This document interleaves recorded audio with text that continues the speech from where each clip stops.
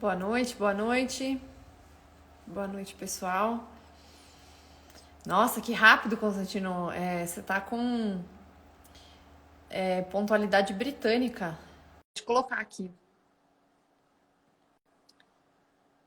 Vamos ver. Tudo Oi, bom? Eu, tudo bem e você? eu sou mega pontual, eu começo todo dia impreterivelmente minha Não é de live. ser pontual, né? Nem quase que eu nem tinha entrado na live, você já tava lá, cheguei. É o meu lado mais britânico do que o Bruno Garchagen. O Bruno é pontual também, mas assim eu acabei de dar boa noite. Já tava sensacional. Deixa eu colocar aqui o site, só um segundinho, e Tranquilo. fixar a mensagem. .com.br. Aí foi. Fixar. Aí. Então, Consta, bom, obrigada por ter aceitado o convite para fazer essa live do lançamento da segunda turma do curso de Capitalismo e Socialismo. Você também acabou de fazer um curso que é muito complementar a isso, né? Porque traz as bases filosóficas de tudo que eu estou falando ali, por que que aquilo existe, né? E tudo mais.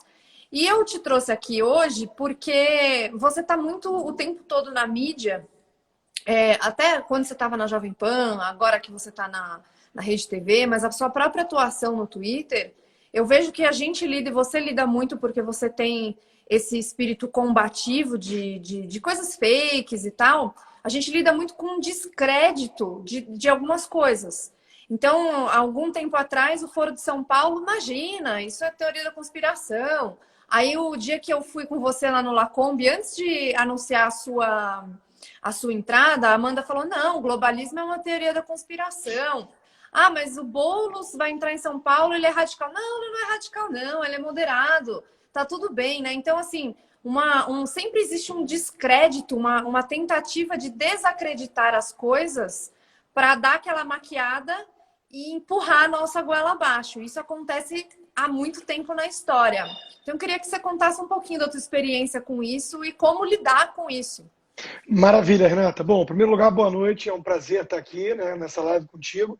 O seu curso eu tenho acompanhado e acho que é fundamental para a turma entender aí, né, o que são os benefícios que o sistema capitalista, que é um processo dinâmico de mercado, né, o que isso traz de benefício para a população em geral, em particular para os mais pobres, vis-à-vis o socialismo que algumas pessoas da elite gostam de flertar, porque na ideia, no papel, fica parecendo bonitinho, parecendo que você é uma pessoa do bem, a favor das minorias e dos mais pobres, e na prática só entrega mesmo o inferno terrestre, né?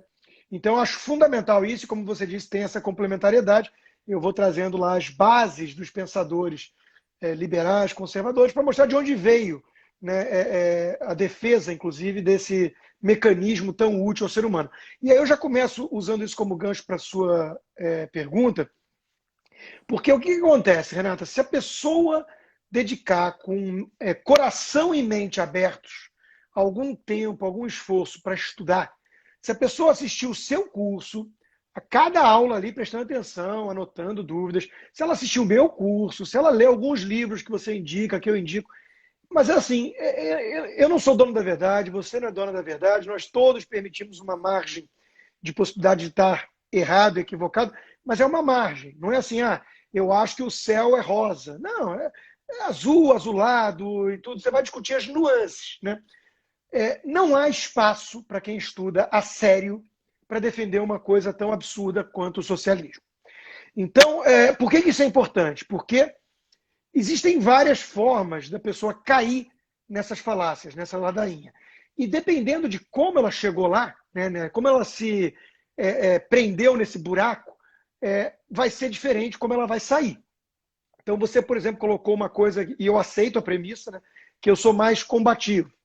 Existem outras pessoas, como você mesmo, eu identifico, apesar do que na entrevista lá com o governador você foi dura, mas o próprio Hélio Beltrão, que é nosso amigo, que também tem uma forma diferente. Então, vocês, né, têm uma postura mais persuasiva, chamar o argumento para o debate e tudo mais. E eu acho uma metáfora que até o Hélio já usou, né, do time de futebol. Eu acho que existe espaço para cada estratégia, para cada estilo, né, e perfil. Uhum. E o estilo vai ter que estar adequado ao perfil. Não adianta eu querer ser um budista. Não é minha personalidade, eu sou combativo. Mas tem espaço para cada uma delas. Por quê? Porque dependendo de como o sujeito chegou nesse caminho, né, que é uma estrada escorregadia rumo a defesas de coisas muito bizarras e sem sentido, e irracionais e ilógicas, né, que entregam um resultado diametralmente oposto daquele que às vezes ele deseja, se ele for uma pessoa bem intencionada. Né? Que você vai sair, vai tirá-lo desse caminho que ele enveredou com estilos diferentes. Então, primeiro, né, uma das coisas que você tem que fazer é você mostrar, e é o que você faz no seu curso, o que é o capitalismo, por que ele resolve questões que a gente às vezes atribui só ao Estado, por que ele é o melhor caminho e gera riqueza, emprego, e o socialismo o contrário e tudo mais. Você vai mostrar, vai argumentar e tudo mais.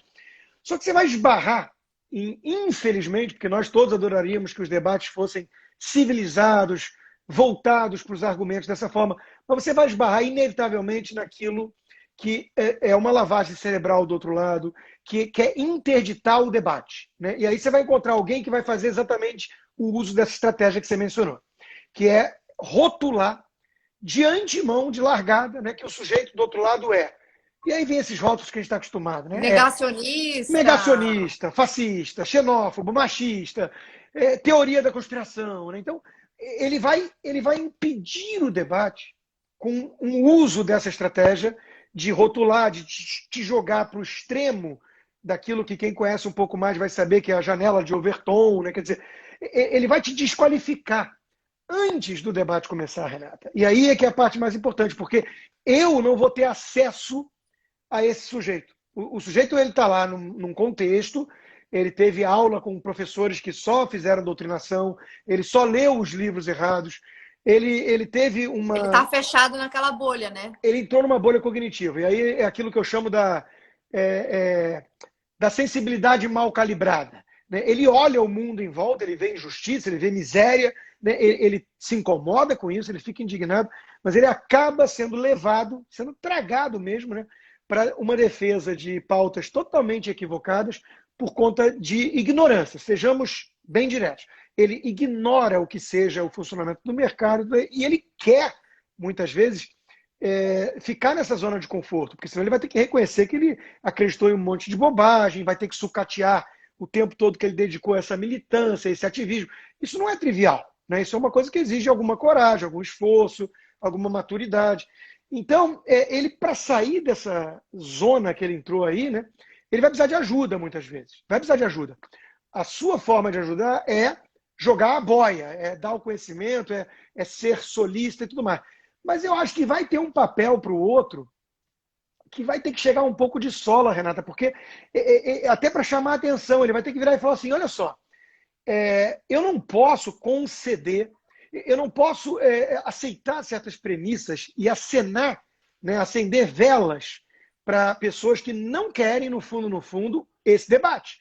À medida que eu permitir o debate, você vai entrar, o Hélio vai entrar e outros vão entrar com essa postura mais solista. Mas até isso acontecer, existe uma barreira, né? Existe realmente assim é uma coisa, se a gente quiser usar a metáfora de guerra, porque eu acho que existe uma guerra cultural, trincheira. Existe uma trincheira que impede que você, que o Hélio, que o Narlock, que pessoas assim cheguem nesse sujeito.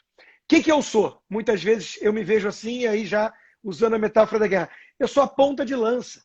Eu sou o fronte de batalha. Né? Eu estou ali não aceitando de forma muito direta e colocando esses pingos nos is, essa tentativa de manietar, de manipular o debate que, no fundo, visa a interrompê-lo, a impedi-lo. Então, assim, vamos debater aqui com a direita, né? Vamos escutar o que o Hélio tem a dizer, o que o Renato, os liberais, os conservadores, o Bruno Garchagen e o Constantino. Não vamos. Por quê? Porque isso é coisa de maluco, terraplanista, teoria da conspiração e tudo mais. Tá, então ele não vai ouvir... Fascista, taxista, eletricista e todos os istas. Exato. Então ele não vai ouvir. Então, ele não vai sequer ter acesso ao seu curso. Sabe por quê? Porque ele vai se sentir um pária dentro de certos grupinhos se ele se inscrever no seu curso, ou no meu curso, ou no do Bruno Gachag. A menos que ele faça isso no sigilo, tem muita gente que faz. Né? Ele não fala para ninguém, faz, e depois fala, caramba, mas eu escutei falar tanto tempo que esse cara era um maluco, um irracional. Eu tenho tido esse feedback, Renata, porque muita gente voltou o holofote para mim por conta desse episódio todo do cancelamento. Uhum. E eles não me conheciam direito. E aí eles tinham um conhecimento por meio de um filtro todo distorcido dos meus inimigos, dos meus detratores. À medida que eles foram conhecendo, acompanhando, me seguindo, falaram, cara, mas esse cara fala coisas que têm bom senso. Pô, ele está longe de ser um radical, um Quer extremista. dizer, fizeram uma propaganda gratuita para você sem querer, né? Fizeram propaganda negativa, mas fizeram, porque despertou algum interesse. Né? Mas por que isso é relevante? Porque a estratégia mais usada, isso para mim está muito evidente, Estados Unidos aqui, Brasil aí, né? A estratégia mais usada pela esquerda hoje é interditar o debate. Por quê? Porque eles ficaram décadas, eu não vou nem dizer anos, foram décadas numa baita zona de conforto, com a hegemonia toda na mídia, né? O viés todo progressista, esquerdista na imprensa. E agora que as redes sociais furaram essa bolha, eles estão tentando controlar, mas não estão conseguindo muito. Mas eles ficaram muito tempo sem ter que debater. Para pensar que no Brasil o debate entre direita e esquerda era PT e PSDB.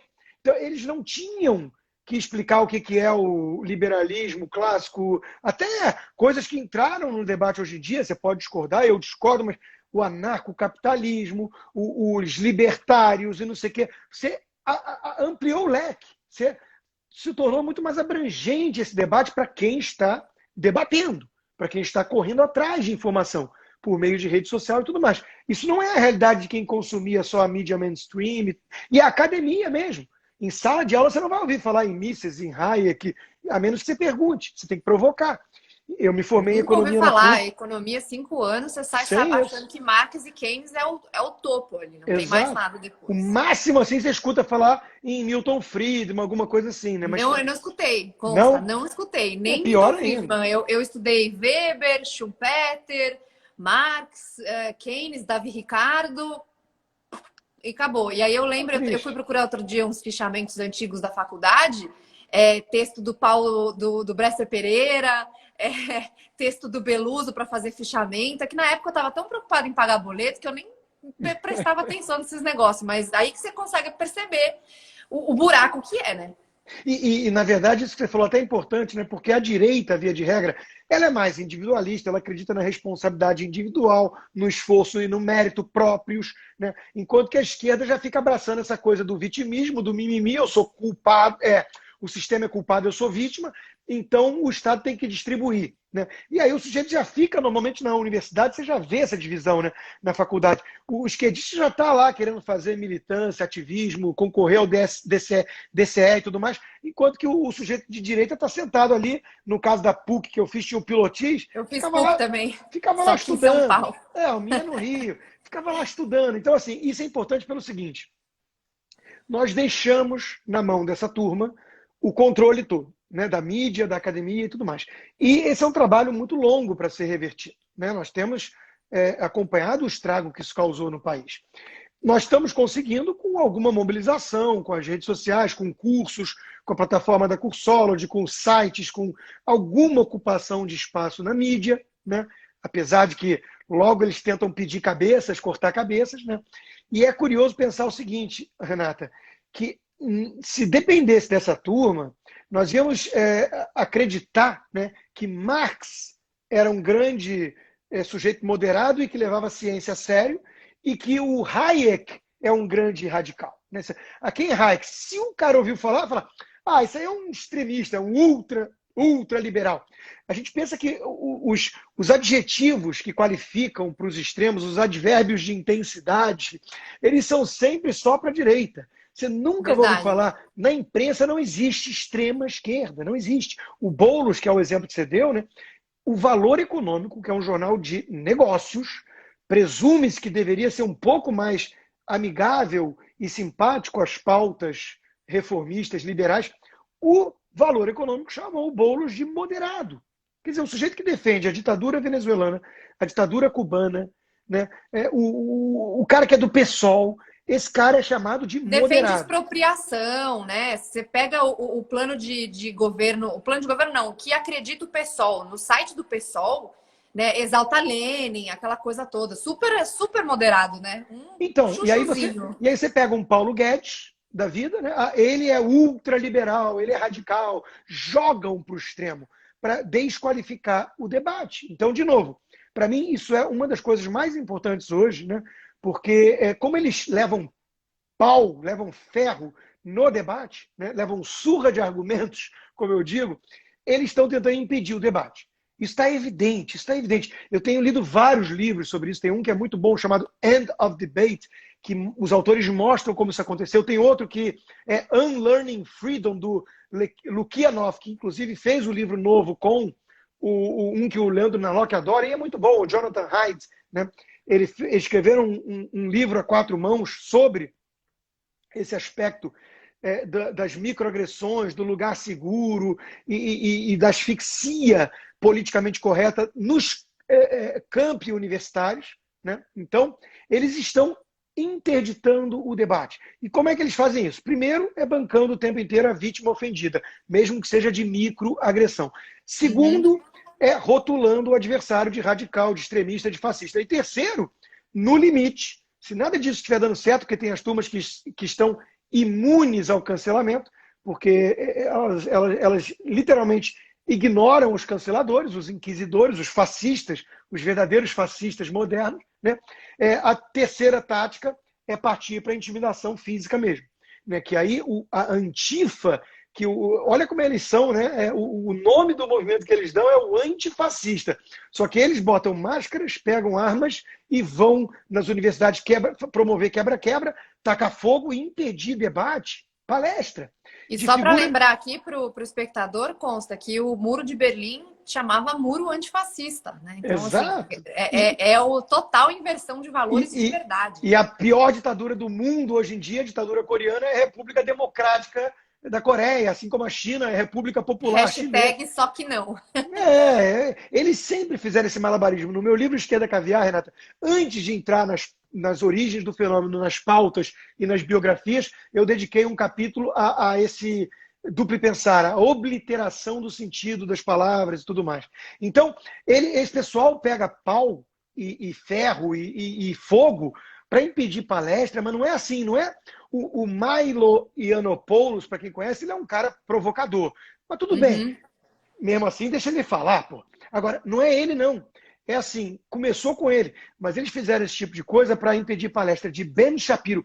Quem acompanha Ben Shapiro? Eu acompanho o Ben Shapiro todo dia. Eu assisto. Ele é espetacular, ele é maravilhoso.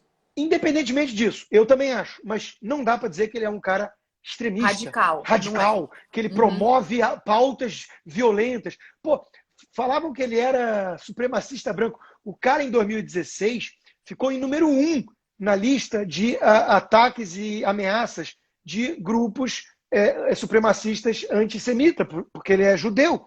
Ele era o número 1, ele contratou segurança particular, não foi para se proteger de comunista, foi para se proteger de ataques e ameaças dos supremacistas brancos. E colocaram ele no mesmo grupo, que é a história do rótulo. Quem é o Ben Shapiro? Ele é um supremacista branco. Quer dizer, é um negócio de louco. Mas por quê? Porque fazendo assim, não precisa mais ter debate. O cara não vai chegar no podcast do Daily Wire, do Ben Shapiro, porque isso aí é aquele cara malucão, extremista, né? Então, essa tática, infelizmente, ela funciona. Ela fizeram com o Jordan Peterson também, não? Com o Jordan Peterson também fizeram com o Jordan Peterson, que é um dos caras mais moderados que eu conheço, porque ele, por ser psicanalista, psicólogo, né? Ele tem, de fato, o poder da escuta.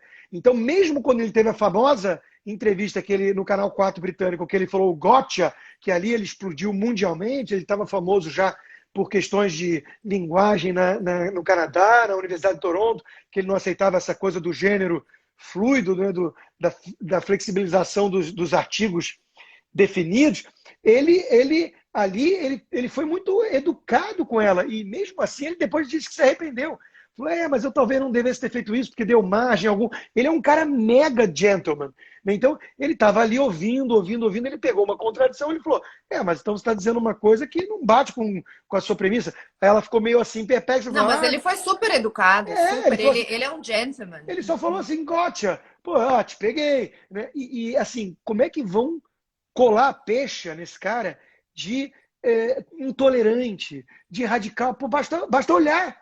Basta olhar um vídeo do Jordan Peterson por 5 minutos, ou ler um capítulo do 12 Rules for Life. Então, de novo, por que eles fazem isso? É uma tática deliberada de quem quer impedir o debate. Se a gente não aceitar isso, né, se a gente não entender o que é o jogo, a gente vai perder, porque a gente vem perdendo. Porque, de novo, quem já chegou até nós, Renata, de alguma forma já furou essa barreira, né? Já atravessou a trincheira. Mas tem muita gente que não. Tem muita gente que não. Tem muita gente que só vai ouvir falar de Renata Barreto, de Rodrigo Constantino ou de outros, né? Por intermédio dos detratores, que são famosinhos, que usam esses cúmplices influenciadores. Então, eu dou um exemplo, né? O público jovem tem começado a me acompanhar um pouco mais. Eu, pelo menos, percebi isso, né? E é importante, nós temos que falar com eles também. Eles estão sendo alvos prioritários dessa lavagem cerebral. Não é à toa que os universitários foram os maiores eleitores de Bernie Sanders aqui nos Estados Unidos, ou de Boulos no Brasil, né, em São Sim. Paulo.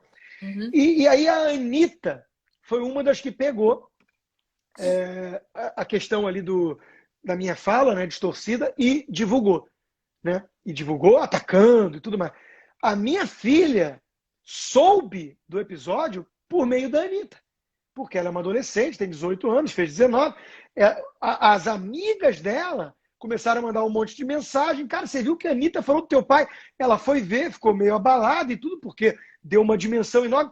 Agora, eu te pergunto, dessas amigas da minha filha ou conhecidas que souberam quem é o pai, entre aspas, né?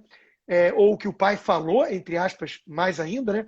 Só pela Anitta, quantos desses vão se inscrever no meu curso, acompanhar minhas lives, para poder me conhecer? Para tomar um partido, ter uma opinião concreta, É né? uma Algo minoria, Renata. embasado. É uma minoria. Infelizmente, é uma minoria. A maioria, em primeiro lugar, está nessa de treta, né? De lacrar. Essa sinalização de virtude é um troço muito ruim, porque é jogar carniça para chacais e hienas diariamente, né? O Twitter, já que eu mencionei o Ben Shapiro, ele chama de Bull Box, né? Que é daquele filme Capitão Gancho, que os piratas pegam o alvo, jogam dentro de uma câmara junto com escorpião e cobra e fica todo mundo gritando. O Twitter é um pouco isso. O pessoal quer ver quem é a bola da vez. Né? A Ana Paula chama o Twitter de Cracolândia da internet, né? É uma cracolândia. E ela já foi alvo também, né? Então, muitas vezes. E de uma forma absurda, aquela história do racismo. Ela não falou nada, né? Ela só trouxe a estatística. Trouxe então, estatística, assim, mas estatística, número virou ofensivo. Virou opressor. Então, assim, mas o meu ponto é que desses que escutaram falar de orelhada, e que, pior, porque eles escutaram falar de orelhada, mas eles intensificaram os ataques. E o Constantino, porque eles estão sinalizando virtude, falsa virtude, mas eles estão ali demonstrando o tal ódio do bem. Olha como eu sou pró-minorias. Eu estou aqui atacando o Constantino também. Acabou, não precisa fazer mais nada, não gasta 3 calorias, não se aprofunda em nada, não estuda, mas banca o nobre. Né? Então, muita gente faz isso e continua de galho em galho. Quem é a próxima vítima da vez? Eles vão lá e atacam. E sempre sob o apito desses influenciadores, que são todos eles esquerdinhas. Né? Então, assim, como é que nós furamos esse bloqueio? Isso é importante porque vai ter uma turma ali que não quer mesmo amadurecer ou crescer na vida. Né? Mas tem uma turma ali que está numa fase crítica da vida, que é uma fase que você precisa ser aceito por grupos. Você tem medo da patrulha. Você tem muito medo da patrulha. Imagina você, todo mundo começar a apontar o dedo para você e falar: você também é um desses? Né? Você é bolsonarista? Né? Aí o cara ele é olhado como se ele fosse um leproso contagiante. Né? Então, assim, as pessoas vão criar uma redoma, vão botá-lo fora, o ostracismo vai ser uma consequência inevitável. Então, todo mundo tem medo. E você exigir uma coragem de bancar isso sozinho, né? Com uma pessoa adolescente de 18 anos, 17 anos. Difícil. É difícil. Então, assim, essa tática funciona. Então, nós temos que ter um pouco essa noção e esse coração aberto também a pessoas que estão passando por isso, para tentar mostrar a eles que eles estão sendo vítima de uma desconstrução deliberada de gente que não quer que eles tenham acesso ao contraditório. Então, quem é o verdadeiro intolerante? Quem é o verdadeiro fascista? Quem quer impedir a diversidade? São exatamente esses de esquerda que estão impedindo que essa garotada tenha acesso a pessoas como você, como ela, como eu e tantos outros, né? Então, de novo, na minha opinião, são tantas batalhas simultâneas, né, que precisam ser travadas porque a gente está perdendo e há muito tempo, né, e está conseguindo reverter alguns resultados. Mas uma das principais, eu não tenho dúvida, é mostrar para essa gente toda, né, que o uso desses rótulos tem uma intenção. E a intenção é desqualificar o adversário, impedir o debate e mantê-los subservientes, né, a um só pensamento, que é o pensamento único da extrema esquerda. E que, Mas é por aliás, isso, consta, que eu acho importante fazer mostrar algumas hipocrisias dos influenciadores, né? Porque esses influenciadores aí com milhões de seguidores, tipo Anitta, Felipe Neto e, sei lá, outros vários que falam absurdos por aí, se você não mostra as incoerências deles, é um saco ter que ficar perdendo tempo com isso. Mas é importante porque às vezes a pessoa não vai te ouvir tanto assim na hora, mas vai plantar uma pulguinha atrás da orelha dela e falar assim, poxa, é verdade, né? Às vezes ela nem vai admitir para ninguém aquilo, porque ela ainda está nesse processo e tal, mas a pulguinha está ali atrás da orelha, a semente está plantada. E já aconteceu muitas vezes, mas muitas vezes mesmo, de eu receber mensagem de falar eu era de esquerda, eu era feminista, eu achava que economia era jogo de soma zero, eu achava que socialismo era melhor do que capitalismo. E aí, com o tempo, essas sementinhas plantadas que a gente nem tá vendo, porque às vezes a gente posta e um seguidor nosso que gosta da gente reposta e essa pessoa recebe. Geralmente ela recebe isso de uma maneira assim ruim. Ela olha, já não gosta e tal, mas se ela tem um pouco da cabeça aberta, ou ela pelo menos está prestando atenção nesses movimentos, a plantinha vai crescendo. E aí ela vai, bom, deixa eu ver o que ela tem para falar, deixa eu ver outras pessoas que ela está indicando para seguir, deixa eu ler um livro aqui que ela indicou. E aí, pá, o negócio está resolvido. E no meu curso, na primeira turma, a gente teve uma turma grande de adolescentes que fizeram um outro grupo separado só para eles poderem fazer um grupo de estudos juntos e se conhecerem, para terem amigos também, porque eles foram ficando sem amigos na escola. Então é muito legal essa possibilidade de fazer o curso. Obviamente, porque é uma maneira cronológica de contar a história e juntar, né, explorar economia, política, filosofia e tudo mais, mas principalmente história econômica e política, mas de dar a oportunidade das pessoas se conhecerem, como tem também o seu grupo do Telegram e etc., porque as pessoas estão muito carentes de pessoas, de amizades, de verdade, com os mesmos valores, né? Quanta gente perdeu amigo, parente que não conversa mais e tudo isso. Não, você tocou em vários pontos importantes. Aliás, eu fico muito feliz em saber que a garotada se interessou e criou até esse grupo aí, né, em paralelo. Por quê, né? Primeiro, é fundamental essa sensação de que eu não estou sozinho. E a internet deu um pouco isso, né? Então, o sujeito já olhava, provavelmente, aquele que tem um pouco mais de curiosidade, um pouco mais de inteligência, correu atrás, né? Ele já olhava para essas bandeiras todas ditas progressistas com uma certa aversão. Fala, pô, eu posso não ter o devido fundamento, deixa eu aqui fazer o curso da Renata e tudo, mas eu sinto que algo está muito fora do lugar, né? E aí o cara já se sentia deslocado. Mas, de repente, quando ele vai fazer um curso desses, quando ele cria um grupo, ele sente exatamente o seguinte: putz, eu não estou sozinho. Ele pertence a alguma coisa, né? Não, e o louco não sou eu. É assim, pô, vem cá, eu enlouqueci ou o mundo está louco lá fora? Ah, tá, o mundo é que está louco mesmo, porque na verdade não é o mundo. É Hollywood, Projaquistão, a academia em geral e a mídia, né? O mundo não está louco. Se você for conversar com o José, se você for conversar com a Maria, eles vão entender muito mais, até intuitivamente, mesmo quem não teve tanto estudo, Renata, vai entender intuitivamente. Uma outra coisa que você falou aí que eu queria comentar, que é perfeito, porque para mim é a falácia número 1, né? Economia como um jogo de soma zero. Isso está no âmago do esquerdismo, essa falácia, essa premissa falaciosa. Por quê? Porque é com base nisso que eles destilam ressentimento, rancor, inveja, porque o socialismo é a ideologia da inveja, né? Colocando a culpa da pobreza nos ricos. Então, João é pobre porque Pedro é rico. Então, se eu Uhum. tirar de Pedro e der para João, eu estou cometendo um ato de justiça. E por trás dessa falácia vem um monte de bandeiras esquerdistas que, se você conseguir derrubar de forma séria essa premissa, olha, meio caminho andado para o sujeito largar o esquerdismo. Né? Então, mas, de novo, ele vai ter essa intuição, mesmo sem muito estudo. Tá? O José, que trabalhou, ele entende que ele fez ali muitas coisas na vida dele que foram aquilo que a gente chama de win-win situation.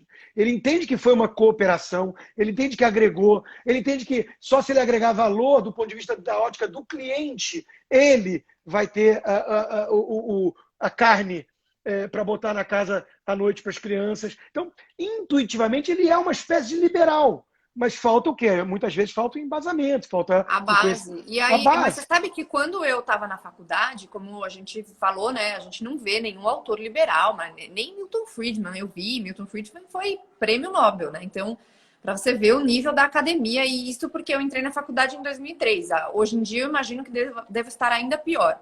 Então você não sabe dessas coisas. E eu trabalho no mercado financeiro desde os 18 anos. E aquilo que eu aprendi como realidade era o que eu via no dia a dia, porque eu trabalhava no mercado financeiro, então fui aprendendo, não foi na faculdade. Obviamente que eu aprendi algumas coisas na faculdade, a parte de cálculo, de microeconomia e tudo, mas eu não prestava tanto atenção na faculdade. Para mim, a faculdade era um meio apenas de eu ter um emprego, né, de ter um estágio e tal. Mas eu aprendia mais nos bancos e nas corretoras que eu trabalhava. Até um dia que eu resolvi ler O Caminho da Servidão, do Hayek. E aí eu coloquei um nome para algo que eu já acreditava. Então é esse o ponto. Às vezes você tem a noção que a realidade funciona mais ou menos daquele jeito, só que você não sabe explicar.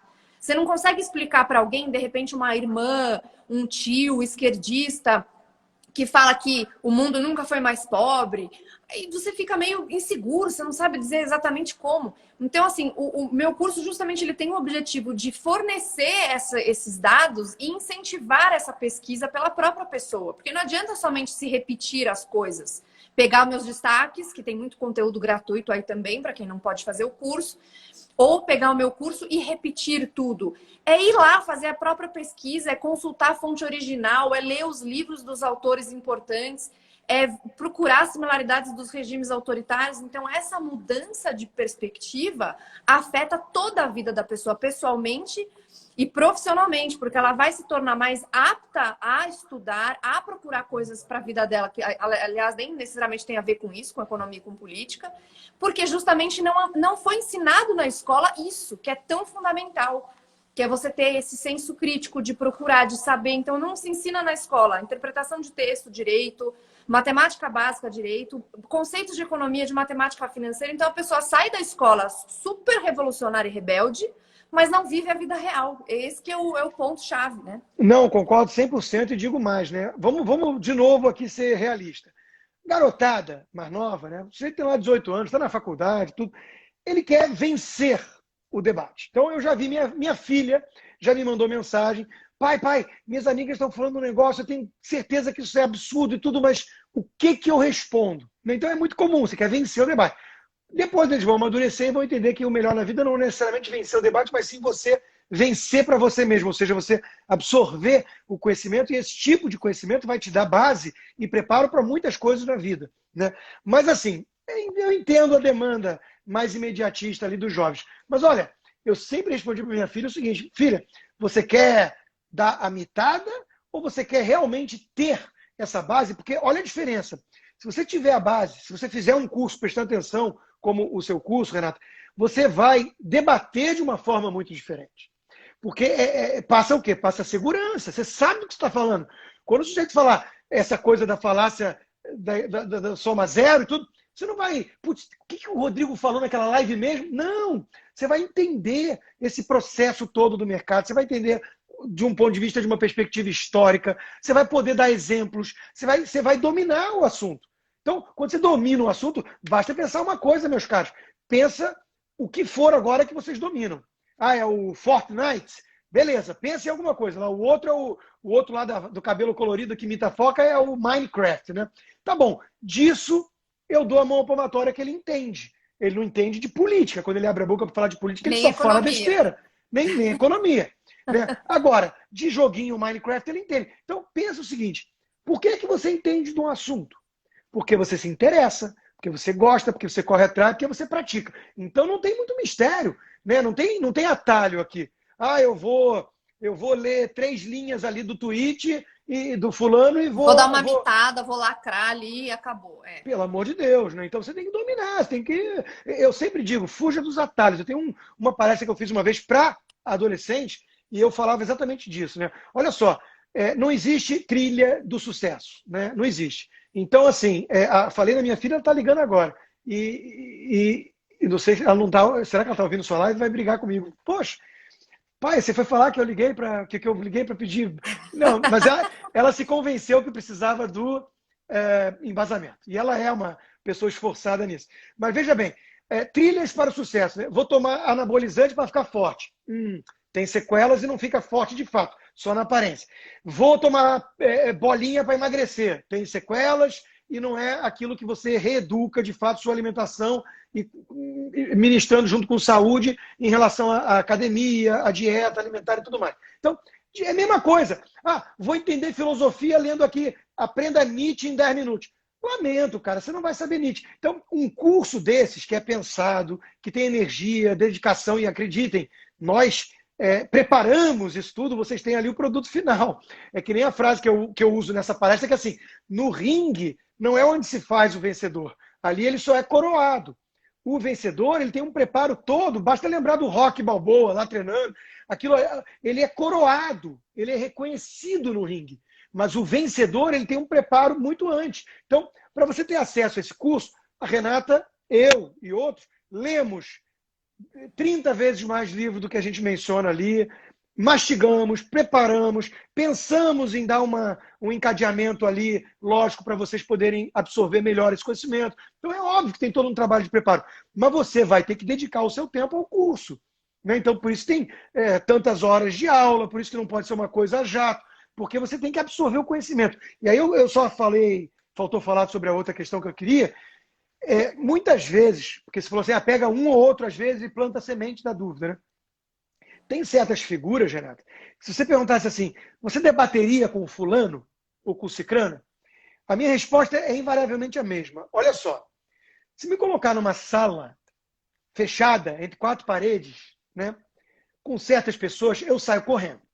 Eu não tenho nada a ganhar ali. Eu não tenho nenhum interesse. Vamos assim, dar nome a boi só para a pessoa entender. Né? Eu não tenho nenhum interesse em perder meu tempo debatendo com o Felipe Neto, que já foi mencionado aqui, ou com a Anitta, ou com a Vera Magalhães. Né? Os 3 mais ou menos no mesmo nível. Eu não tenho nenhum interesse em debater com eles. Eu prefiro ocupar meu tempo de forma muito mais produtiva, cortando a unha, capinando. Até porque não vai mudar nada, né? Eu não tenho nada a ganhar, porque eles não me agregam nada. Né? Agora, você debateria com a Vera Magalhães, né, ou com a Anitta, em público, aí a resposta é bem diferente. Sabe por quê? Porque eu não me vejo debatendo com eles. Eu me vejo justamente apontando as incoerências, as falácias, mostrando a fragilidade dos pseudo-argumentos para neutros. Mas vai ter um monte de gente que só quer saber de treta, de mitada e lacrada. Não tem problema. Para esses eu não estou falando. Agora, vai ter ali 10%, 20% que foram com as armas minimamente depostas. Foram desarmados. Vamos ver o que vai sair desse debate. Aí o cara vai olhar e falar assim, caramba, não é que esse cara tem preparo, embasamento, parece saber do que está falando, tem exemplos históricos, tem lógica, e a outra só repete clichê. Putz, deixa eu acompanhar mais esse cara. 10%. 20% do público. Concordo, nossa, concordo 100%. É para esses que eu estou falando. Então, assim, eu debateria com Vera Magalhães, Felipe Neto e Anitta em público. Publicamente. Provavelmente. Para esse Não, então, já intuito. me perguntaram se eu faria live, né, com algumas dessas pessoas. Falei, live não, porque é como se eu estivesse convidando. Imagina trazer um convidado para dentro da minha casa, né? Porque o meu Instagram é minha casa, né? Então eu convido aquelas pessoas com quem eu estou confortável. Agora, debateria em público. Debateria em público. É exatamente esse mesmo pensamento. Então, dá para debater em público, porque fazer live fica, né, não tem um mediador ali para fazer umas perguntas ou para determinar um determinado assunto, alguma coisa assim. Agora, um debate público, ele é realmente de utilidade pública, porque você consegue ir ali ao vivo, sem nenhum tipo de interferência, expor aquelas incoerências. Então, isso é Exato. muito bom. Eu gostava de fazer isso na CNN, muito. Não, é. E outra coisa também é que você vai amadurecendo também, né? Vai ficando mais paciente com algumas coisas. E o interessante é o seguinte: o mais jovem também tem um ímpeto natural de querer salvar o mundo. Então, à medida que ele entendeu, né? E tem o Oscar Wilde dizia assim: eu não sou velho, eu não sou jovem o suficiente para saber de tudo, né? Quando você vai ficando mais velho, você entende também que tem algum espaço para incerteza. E os jovens querem mesmo essa pedra filosofal. Eu descobri. Né? Então, eles flertam com utopias, com ideologias que apresentam essas soluções, e mesmo quando eles caem na direita, né, eles costumam levar mais para os extremos. Então, o libertário jovem, ele é aquele, né, que descobriu todas as respostas, e ele debate de uma forma mais aguerrida. Tudo bem, faz parte do jogo. Mas essa coisa de querer salvar o mundo, né? Eu entendi, então eu preciso fazer todo mundo acordar também e despertar dessa sonolência. Você vai ficando mais velho, você vai ficando mais tranquilo em relação a essa meta. Então, assim como você, eu já recebi muito, mas muito feedback, e é o feedback que eu mais gosto de receber, porque eu recebo com muita frequência um feedback que é assim: você deu voz a uma coisa que eu meio que já pensava, sentia, mas você concatenou melhor e articulou com palavras que eu não conseguia. Isso é um feedback muito comum. Mas tem um outro que eu recebo com bastante frequência também, que eu prefiro, que é assim: graças a você, eu abandonei a esquerda. Porque aí Sim, eu significa recebo que você... muito, é o mais gratificante que Porque aí existe. você não está pregando para convertido apenas. Aí você está Uhum. trazendo gente. Né? Então, de novo, a gente consegue fazer isso, mas não pode ter a pretensão de achar que vai ser todo mundo.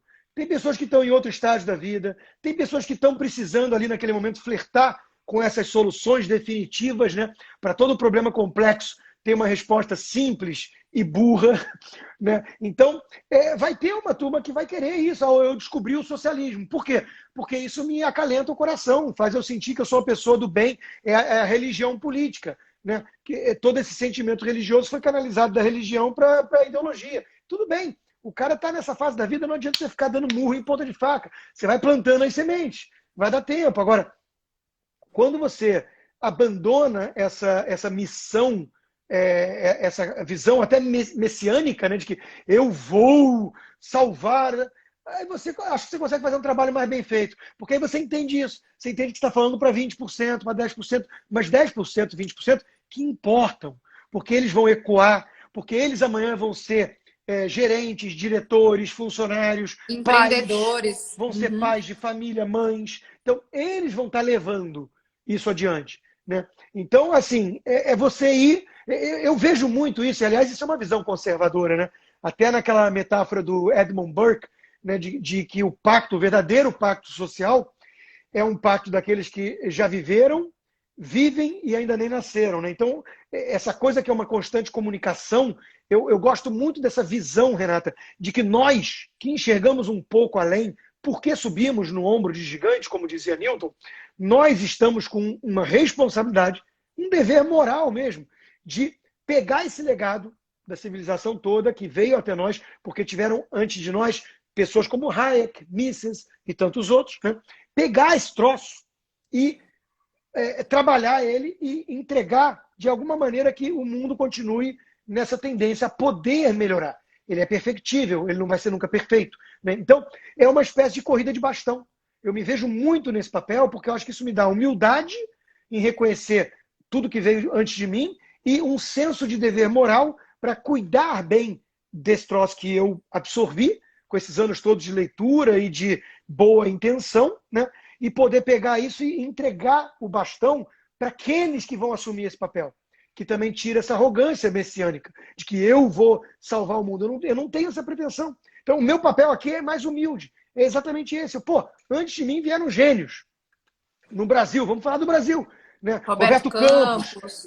Aí eu peguei esse troço, dei uma mastigada, tenho um poder bom de comunicação, sou bom em fazer síntese, tem alguma coisa didática em mim que eu consigo passar e transmitir com uma linguagem mais acessível, e eu tenho essa bagagem. Por muito tempo de estudo, eu estou transmitindo. E aí vai pegar um outro que vai, às vezes, pô, graças ao que eu falei, ao que ele viu num vídeo meu, num livro meu, ele vai despertar uma paixão nele e ele vai seguir um caminho acadêmico, por exemplo, que Isso eu que você está nunca... falando, Constantino, é o que eu chamo de ser agente de informação. É uma campanha que eu fiz a partir do primeiro curso. Primeiro, para que as pessoas não fiquem com medo de se posicionar. Eu sei que nem sempre é fácil. Isso às vezes acarreta cancelamento de pretensos amigos, às vezes até da família. O pessoal vai virar a cara para você, etc. Mas ser um agente de informação é importante porque às vezes a gente acha que eu tenho hoje 300 e poucos mil seguidores aqui no Instagram. Só que quando eu era pequena, eu já fazia alguma diferença. Então, todas as pessoas podem fazer alguma diferença na vida de uma ou duas pessoas. Isso já é muito, muito positivo. Sim. O Jordan Peterson mesmo fala, não adianta, que é o que você estava falando, não adianta você querer achar que você vai mudar o mundo, você não consegue arrumar um quarto. Então, antes de mudar o mundo, por que não mudar o seu irmão, ou um amigo seu mais próximo, ou conversar com seu marido, conversar com os filhos, que é a coisa mais importante do que formar Sim. essa nova geração que é completamente dominada por essa mídia, por as escolas e pelas universidades que estão aparelhadas há muito tempo, como você falou, e a gente foi omisso durante muito tempo, né? Deixou esse pessoal infiltrar em tudo. Então, às vezes eu recebo assim, eu tenho uma filha de 22 anos, socialista e tal, o que eu faço? Não sei mais o que fazer. A primeira coisa que eu pergunto, você conversa com ela sobre essas coisas? Você compra materiais para ela sobre isso? E principalmente, como é que é a sua vida financeira com a sua filha? Você paga tudo para ela e deixa ela ser socialista? De iPhone, né? Literalmente. Deixa. Então, assim, esse trabalho de pai, de mãe, de irmão, de amigo, duas pessoas que você consiga, pelo menos, colocar a pulguinha atrás da orelha. Quantas pessoas vêm aqui e falam assim, minha irmã te apresentou, um amigo meu te indicou, eu não gostava de você no começo, mas agora eu entendo o que você fala. Essa mudança, ela atinge o macro de uma maneira muito mais perene. Porque não é a Concordo. lacração da internet. Não Concordo. vomitar e vou ficar acima de sei lá quem e tal. Não é isso. É a coisa mais embasada. E muita gente me pergunta assim, nossa, como que você tem tanta paciência ou estômago para receber tanta crítica? Porque eu recebo umas coisas bem absurdas, eu até posto aqui, né? Falo, eu tô tão segura do que eu acredito. Eu durmo com a cabeça tão tranquila no meu travesseiro. Se vem alguém falar assim para mim, você não se preocupa com os pobres porque você não quer taxação de grandes fortunas para não perder os seus. Você fala assim, filha, meu dinheiro está lá nos Estados Unidos, nem está aqui. Tô tranquila. O problema é que você pode taxar grandes fortunas, mas quem vai se fuder não sou eu. Quem vai se fuder é quem você está dizendo defender. Então, isso me deixa muito tranquila, me dá uma paz de espírito para seguir em Exatamente. frente, porque eu sei que vai ter pessoas que vão me escutar. Em relação ao socialismo de iPhone, é engraçado que eu falei a mesma coisa com a minha filha, né? Eu falei, se você começar a enveredar por esse caminho fácil, né, de lacrar e ficar com o discursinho assim, saiba que aqui em casa vai ter uma conduta de acordo. E é engraçado que assim, se o pai tem umas táticas boas para criar o antídoto anticomunista nos filhos, né? Uma que eu vi outro dia é isso, você pega, quem tem dois filhos, né? Pega e faz assim, vai lavar a louça. E eu vou pagar $20 para lavar a louça. Aí vai lá, lava a louça, depois você pega $20 e divide 10 para um, 10 para o outro. Aí você vai ver a revolta de quem trabalhou. Mas como assim? Não, é uma questão de igualdade. Aí você vai incutindo já a ideia de mérito, de esforço, de resultado e tudo mais. Agora, eu quero contar um episódio, Renata, que eu não sou muito de chorar, muito menos em público. Né? E eu chorei em público nessa vez e tem no meu YouTube para achar lá. Eu participava de um evento desses de Instituto de Formação de Líderes e tudo, né? E estava no almoço lá e eu estava numa mesa parruda. Tinha uns empresários muito grandes, tinha ministro, tinha o nobre Ives Gandra Martins. Então era uma mesa muito parruda e estava tendo uma cerimônia inicial de abertura, um instituto lá se apresentando que faz um trabalho social. E claro que havia ali uma conversa um pouco paralela e tudo. Eu não estava prestando tanta atenção no discurso, eu reconheço isso. E de repente eu ouvi meu nome. E quando eu olho para ouvir e vejo o pessoal olhando para mim, né, era o garoto, carente, pobre, né, humilde em termos de financeiros, que esse instituto permitiu que estudasse e chegasse mais longe, de 14 anos de idade. 14 anos de idade. E ele já tinha escolhido que ia fazer economia, e queria fazer economia, o instituto ia ajudar nesse sentido, prepará-lo para que ele pudesse ter acesso às universidades, né? E ele falou que essa vontade foi despertada nele quando ele leu um livro do Rodrigo Constantino. E aí, quando ele menciona meu nome, eu escuto, estava ouvindo meio por alto, pegando aqui a conversa e lá outra, eu me emocionei. Eu falei, caceta, né? Então, nós temos esse impacto. E isso tem que aumentar, inclusive, esse senso de responsabilidade, né? De dever. Você não está falando por falar, o que você fala vai influenciar na vida das pessoas. E nós temos, exatamente por isso que nós somos anti-cancelamento. Porque nós temos essa convicção de que nós estamos fazendo aquilo que a gente acredita que é o melhor para a imensa maioria. Por isso que a gente defende o capitalismo e tudo. Não é essa... Aí eu volto fazendo um gancho com o início da nossa conversa. Não é porque a gente não liga para os pobres, esses rótulos todos que tentam colocar para impedir o debate. É o oposto. O meu senso de justiça sempre foi muito aguçado desde que eu sou moleque. Né? Sempre que e eu tenho irmãos, então sempre que tinha briga e tudo, e havia algum tipo de relato, né? Ou então meu pai chegava em casa do mercado financeiro muito estressado, dava logo um esporro em todo mundo, ficava todo mundo de castigo, e eu ficava desesperado. Eu falava, mas não fui eu que fiz, dessa vez foi o meu irmão. Né? E dane-se, brigaram, tá todo mundo de castigo. Então o senso de justiça era uma justiça, não justiça social. Era uma coisa muito aguçada em mim, Renato. Então, é o oposto. Eu vejo essa turma da esquerda caviar explorando a miséria, a ignorância, abusando dessa falta de conhecimento de coisas mais profundas, do refinamento que é entender o mecanismo de livre mercado, a economia, esse processo dinâmico. E eles fazem isso para quê? Para poder. Eles são... É tudo invertido. Eles são os mais ambiciosos. Eles são extremamente gananciosos. Eles são os mais materialistas. Para eles só importa dinheiro. Porra, tem mais do que dinheiro no mundo. Dinheiro é importante, mas tem mais do que dinheiro. Por exemplo, liberdade. Eu vejo essa turma falar, não podemos criticar a ditadura chinesa, é pragmatismo. Pô, vai pro raio que o pata, meu amigo. Tem uma disputa geopolítica em curso hoje, eu quero estar do lado que vai ser livre. Eu não quero que o mundo todo vire província chinesa. Tem mais do que dinheiro no mundo. Então, de novo, eles acusam nos outros exatamente aquilo que eles fazem e aquilo que eles são. Essa é a tática leninista. Se a gente não entender isso e não contra-atacar, né, eles vão minando, né, a nossa credibilidade para aqueles que não estão muito interessados em se aprofundar, né, e infelizmente isso surte algum efeito. Então nós temos que, sempre que possível, e aí eu acho que é fundamental esse papel do comunicador, né, desses que vão fazer esse intercâmbio entre os formadores de opinião, né, chamemos assim, e o público em geral. São esses que cada um de nós pode ser esse agente. Né?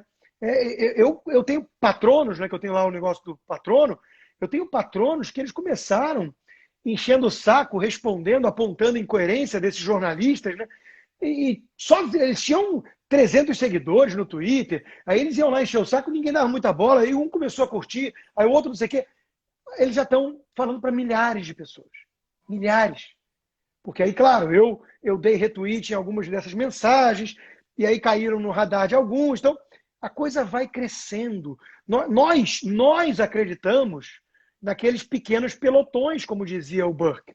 Quem acredita na solução mágica de cima para baixo, via Estado, é a esquerda, nós vamos ficar esperando o quê? O MEC resolver o problema de educação no Brasil? Ou nós vamos entender que os pais têm que estar atentos ao que os professores estão ensinando em sala de aula? Autorresponsabilidade, né? Você não ficar esperando vir de outro lugar. Então, se for esperar trocar todos os cursos, todos os livros que mostram desigualdade social como um problema, não, ou colocando igual à pobreza, que defende MST, que culpa o capitalismo pela pobreza e tudo isso, né? Se a gente for ficar esperando isso acontecer, vamos ficar esperando sentado até morrer de velho, enquanto justamente os pais, muitos deles, eu acho que isso está mudando essa cultura também, não dá mais para... Já entenderam que não dá para terceirizar isso tudo para a escola, né? E isso de ser um agente de informação é importante porque, por exemplo, você pega uma menina, por exemplo, a Maria Clara, que é uma aluna da minha primeira turma do curso de Capitalismo e Socialismo. Ela tem 14 anos e ela fala sobre esses assuntos no Instagram dela. E aí, é o que você falou, ela tem 14 anos, 14.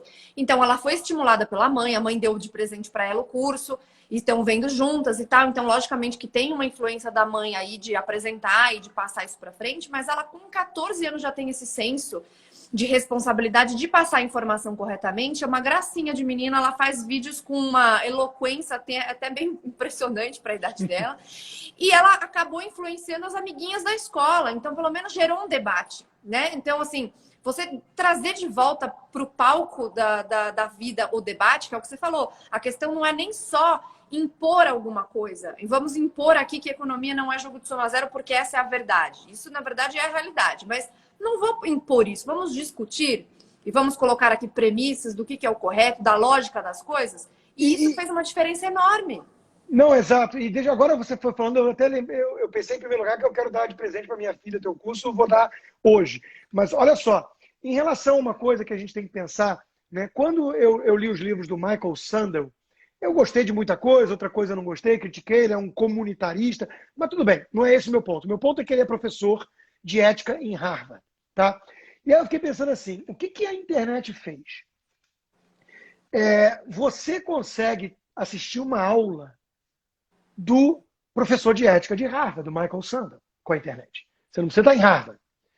O Jordan Peterson, os vídeos dele, as aulas dele, ele era professor da Universidade de Toronto, né? Ele começou fazendo vídeo das aulas. Ele chega a mais de 100 milhões de pessoas. 100 milhões de pessoas. Você não precisa ser aluno na Universidade de Toronto para ter aula com o Jordan Peterson. Então, o resumo da ópera é o seguinte, tá? E isso é muito duro para os medíocres. Tá? E o que eu tô... Quem conhece o Nassim Nicholas Taleb, que tem o livro do Black Swan, do Cisne Negro, o mercado financeiro a gente lê, né? Ele tem essa questão do extremistã e do mediocristã. Né? Tem um mundo que é dominado pelos raros talentos e é uma espécie de winner takes all nesse mundo. O que é isso? Né? Eu quero ser artista em Hollywood. Meu amigo, você e a torcida do Corinthians e do Flamengo. A imensa maioria com talento, porque o cemitério está cheio de talento, que não enxergou a luz do estrelato, né? A maioria está flipping burger, está lá no McDonald's. Então, não basta o talento, mas é uma condição necessária, ainda que não suficiente. Por outro lado, tem aquelas profissões que são a do mediocristã. Não pensem em medíocre, não, pensem em média mesmo. Tá? Onde o desvio padrão, para quem entende o que eu estou falando, né, não é tão abrupto. Por exemplo, eu quero ser dentista, eu quero ser advogado, eu quero ser médico, o que seja, eu quero ser garçom. Né? Você vai ter ali o dentista que deu muito certo, ganha mais, e o dentista que ganha menos. Mas você não vai ter o Neymar e o cara que está na Rua da Amargura. Né? Então, ele até recomenda assim, para os meus filhos eu falo, escolha o mundo do mediocristã, porque é mais seguro, é mais garantido. Né? Mas a internet fez com que outras profissões tivessem uma característica muito mais parecida com o mundo do extremistão, que é, por exemplo, jogador de futebol, que é estrelato em Hollywood, ator e tudo mais. E olha, o jornalismo, o professor, ele pode flertar um pouco mais com esse lado, sendo que nunca foi. Nunca foi. Né? Por que eu estou dizendo isso? Porque, meus caros, se você estuda na universidade tal, se você é da UFRJ, se você é da PUC, que seja, a gente aqui confessou que nunca escutou falar dos austríacos na PUC, né? Eu lamento ao professor da PUC, eu tive bons professores, via de regra, tá? Mas eu lamento o que eu vou dizer aqui, tá? Mas o seu aluno não precisa mais ficar preso a você. Então, assim, isso é libertador. Eu entendo, por que eu pensei nisso tudo e eu fiz essa longa digressão? Porque quando eu pensei que eu vou dar para minha filha esse curso hoje, né, eu pensei que ela vai virar para mim e falar assim, beleza, ela está fazendo o meu também, mas, pai, eu tenho que estudar para a faculdade, eu entrei na universidade, eu tenho que passar. Tá perfeito, eu entendo tudo isso, é difícil administrar, tem a vida social, tudo isso, eu entendo. Né? Mas, meu amigo, ela vai poder estar assistindo a aula da Renata Barreto. Aí eu penso assim, puta, já pensou se na universidade da minha filha tivesse a Renata Barreto para dar aula sobre capitalismo e socialismo para ela? Puta, eu ia ficar feliz da vida. Eu não preciso ficar preso ao professorzinho que vai ter lá, que eu não sei se é bom ou ruim, e que provavelmente é um progressista, e que vai ensinar um bando de baboseira. Porra, eu preferia 1000 vezes que ela tivesse aula como você. Então ela vai ter. Então isso é libertador. Isso é assim, a internet, essas plataformas de curso, como a Cursology, isso empoderou, para usar o termo que as feministas gostam, empoderou o indivíduo. A minha filha nunca não precisa foi tão mais... fácil, né? O acesso à informação. Nunca foi Ela tão não fácil. precisa mais ter... Eu posso escolher os professores da minha filha. Olha que mundo maneiro. Eu vou escolher a universidade da minha filha por professor. Por professor. Então, claro, o espaço físico, presencial é importante, porque tem outras coisas que envolvem a questão justamente social, dinâmica de trabalho de grupo, tudo isso. Mas em termos de conteúdo, Renata, eu vou escolher os professores para minha filha. Minha filha vai fazer a faculdade que vai ter o Bruno Gachagin, o Leandro Narlock, a Renata Barreto, a Ana Paula Henkel como professores. Porra, é o Dream Team. Eu estou escolhendo a universidade da minha filha de forma seletiva na prateleira virtual. Cara, isso é de uma libertação. Ela vai continuar tendo que fazer lá a universidade. Cada vez eu questiono mais para quê, né? Eu questiono porque é caro aqui, né? Mas assim, ela vai fazer. Eu não vou tirá-la, não vou virar e falar, vai para a vida e vai ser autodidata, né? Eu acho difícil isso. Essa tutoria que exige para estar em cima e para a questão social que envolve, eu acho um passo ousado, né? Eu não faria isso com a minha filha hoje, o homeschooling, por exemplo, com meu filho, que é moleque. Mas eu vou fazer o paralelo. Eu vou fazer a compensação. Qual é a compensação? É o antídoto. É conversar muito, que é o que eu já faço, e colocar como tutor, como professor dela, aquelas pessoas que eu confio, que eu sei que são boas, dominam o conteúdo, alinhadas em termos de ensinar a pensar e não fazer doutrinação ideológica, e por matéria, né? por subject, por assunto. Então, isso vem na minha cabeça agora. Eu vou formar a Universidade 2, a do B, né? A universidade paralela da minha filha. Ela vai continuar lá na universidade que ela está, por enquanto virtual, porque é o jeito, por causa dessa porcaria dessa pandemia, mas ela vai ter que fazer em paralelo, né, as aulas da Ana Paula, as aulas da Renata, ela vai ter que fazer. E eu vou cobrar. Mas eu acho que não vai nem precisar muito, porque ela vai achar tão mais interessante. O risco é ela querer abandonar a que ela tem que fazer para passar, né? Mas se ela fizer direitinho de vocês, eu vou falar assim, tá bom, filha, faz a outra só para passar. Tem que ter a nota. Tem que ter nota, né? Mas isso é muito legal mas que você tá foca falando, nessas, foca Costa, nessas. porque muita gente me pergunta às vezes, o que teria na escola da Renata, né? Se a Renata tivesse uma escola, quais matérias eu acharia fundamentais? Porque a gente sabe que boa parte da escola e da universidade tem coisas que a gente nunca vai usar, né? Na vida real, mas hoje a gente ainda precisa, o mercado de trabalho ainda é muito voltado para quem tem está na faculdade ou que tem um diploma, a gente sabe disso, então a gente tem que também play by the book, né? Assim, a gente tem que ir cá fazendo. entre nós, Renata, a faculdade, dependendo da faculdade, o que ela está vendendo, o que está sendo comprado, às vezes é até mais do que o diploma, é muitas vezes o network. Então, o sujeito vai para a Ivy League aqui nos Estados Unidos, o cara estudou em Yale, o cara estudou em Harvard, ele vai sair ali com o filho do presidente mundial do não sei o quê, o CEO da empresa tal. Ele fez todo esse network. O professor tem muita influência também, né? É óbvio que isso ajuda. É óbvio. Sem dúvida. Agora, então não em tem relação realmente ao como... conteúdo, Renata, é isso. Você está montando o Dream Team. Você está montando o Dream Team. Você está criando a universidade que você quer. Pensa no X-Men. É o X-Savior, né? Você não são. Eu sempre achei que o X-Men era uma espécie de analogia para essa coisa uma metáfora para essa coisa dos bem dotados no seguinte sentido. Até mesmo eu sempre achei que podia ter alguma coisa a ver com o judeu, né? Que é vítima de um preconceito muito grande na sociedade, porque, de alguma maneira, mostra sucesso em resultado.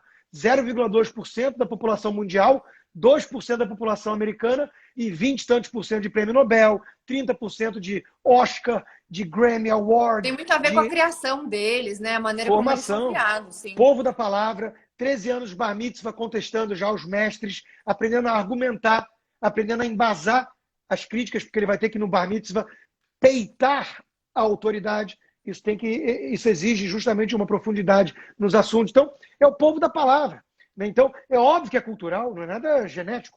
Então, assim, os X-Men se reúnem na escola do X-Savior. Por quê? Porque é o que vai extrair mais deles. Aqui nos Estados Unidos, nas high school, aqui, já tem as turmas que você vai separando, muitas vezes, que são eu esqueço os nomes, minha filha falava, mas eu esqueço. Mas é aquela coisa justamente que você vai puxando o talento. Você percebe o seguinte, esse cara é bom em matemática. Puxa ele. E vai botando naquela sala de matemática só os A-mark de matemática. Por quê? Porque você vai poder dar outro ritmo de aula. Então imagina se o cara que é bonzão em matemática tiver que acompanhar o ritmo da média. Olha, mediocridade vem de média, puxa para o denominador comum. O Thomas Sowell diz que você ensinar a todos no mesmo ritmo significa que você vai estar ensinando a todos no ritmo do mais lento. Uhum. Então, o que essas high school fazem aqui, públicas, viu? Públicas, elas puxam para aula aqueles alunos especiais que se destacam em tal e tal matéria. E aqui no high school você já monta a sua grade por matéria, né? É que nem universidade. Você já Isso já monta. é um princípio econômico de vantagem comparativa, né? O que Exatamente, Davi aconteceu Ricardo. com os países na globalização, que foi aquele assunto que nós falamos quando a gente esteve junto na Rede TV lá naquele dia, que é justamente isso, a globalização foi isso, os países se especializaram naquilo que eles eram melhores, hoje não existe mais país autossustentável, e tentar ser autossustentável é uma besteira, né? É uma coisa que é completamente contra essa natureza e toda essa evolução que nós passamos. Então, essa questão da informação é o que eu também falo. Eu separei o conteúdo do meu curso de uma maneira cronológica mais fácil. Separei lá, são mais de 50 livros e vários artigos acadêmicos de bibliografia e tal. Mas a questão é, por mais que eu tenha feito isso de uma maneira fácil e simples de acompanhar, para a pessoa ter esse estímulo de pesquisar e tudo mais, não são informações privilegiadas, né? Então, lógico que no curso fica mais simples, porque você pega todas aquelas coisas e condensa de uma maneira mais lógica. Só que não é aquilo somente que ou somente um livro, ou somente um influenciador, ou um professor que tem essas informações. Então, eu comentei ontem na live com o Charles, comentei numa outra live também, que na minha época de escola, para você ter informação, você tinha que ir na biblioteca da escola. Ninguém tinha enciclopédia porque era muito caro. E mesmo assim ainda podia ter alguma informação desatualizada, né? Então, hoje em dia você tem tudo na palma da mão aqui no celular. Você consegue consultar artigos acadêmicos em diversas universidades. Você consegue consultar livros, tem livros em PDF, de graça em alguns casos, ou muito mais acessíveis, que você tem a Amazon da vida, que facilitou a vida das pessoas e consegue entregar livros em várias línguas, né? Não só em português, mas em várias línguas. Hoje você tem acesso, até mesmo ver um Netflix ou um Amazon Prime, aprender, que você pode treinar uma língua diferente. Então, eu sempre deixo lá com legenda em inglês, porque eu gosto de ver palavras que às vezes eu não conheço, e aí aquilo me ajuda de alguma forma, mesmo no meu tempo de lazer. Então, nunca foi tão fácil se informar. Nunca foi tão fácil. É verdade, mas de novo, a informação é muito acessível e muito abundante. Tem que ter até um filtro, porque às vezes é muita porcaria junto, né? Mas a gente não pode confundir informação com conhecimento e conhecimento com sabedoria. Então, daí a importância de você também ter acesso aos professores certos. É verdade. Né? Porque eles vão fazer esse papel de tutoria. Eles vão, de novo, né? Você cita 50 livros na bibliografia e leu 30 vezes mais para poder ter esse embasamento. Eu mesmo, Renata, sempre fui muito caótico nas minhas leituras. Eu tenho a cronologia desde 2000, em todos os livros que eu li, né? Uns 1000 e cacetada. E o interessante é o seguinte, eu vario de tema para tema, aí eu pego uma literatura, aí eu vou para filosofia, aí eu leio um de economia, aí eu leio um sobre mercado financeiro. E assim, eu dei certo, entre aspas, dessa maneira. Mas faz falta, às vezes, alguém que vá um direcionamento. Canalizar, direcionar, de falar, não, lê primeiro, sabe por quê? Porque se alguém tivesse falado para mim, lê esse aqui antes, depois você pega esse, eu tenho certeza que esse processo ia ter sido muito menos árduo para mim. Né? Porque tem coisas que você não está preparado, às vezes, para ler na idade. Tem outras coisas que você vai precisar de alguém apertando a tecla SAP, leitura comentada. Né? Olha, pô, não joga assim, falou Zaratustra, para um garoto de 15 anos e that's it. É perigoso até. Eu vou te falar até que é perigoso.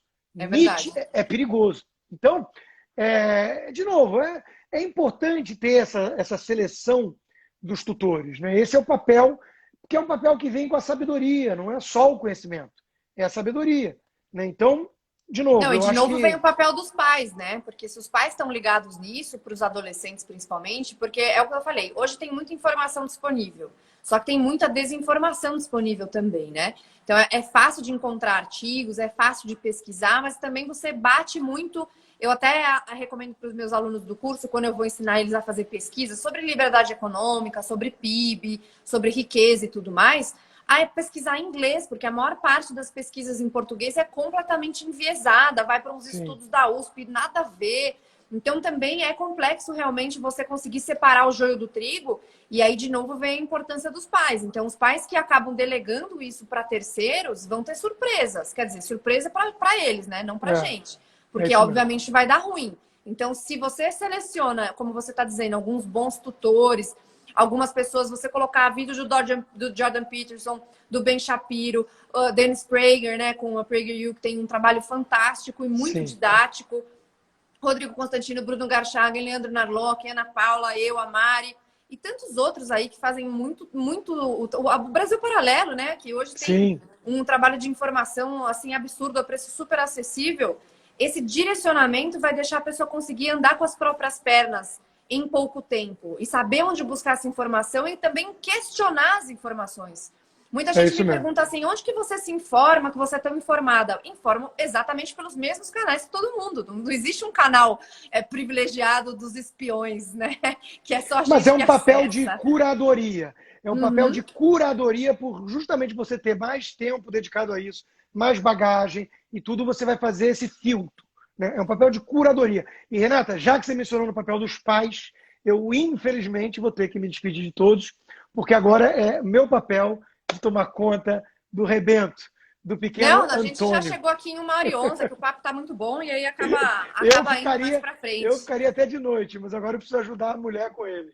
Tá certo. Então, bom, obrigada de novo pelo bate-papo aqui. Foi maravilhoso. Foi um tema muito legal, que acho que as pessoas têm bastante interesse, principalmente essa coisa do descrédito, de ser um agente de informação e de se empolgar aí na vida de passar essas coisas adiante, né? Obrigada mesmo, Consta. Só um recadinho final para o pessoal. Aqui, ó, www.cursolode.com.br.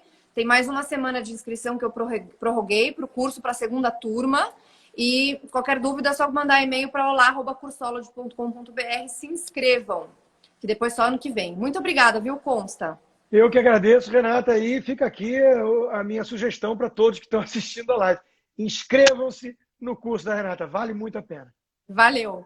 Um beijo.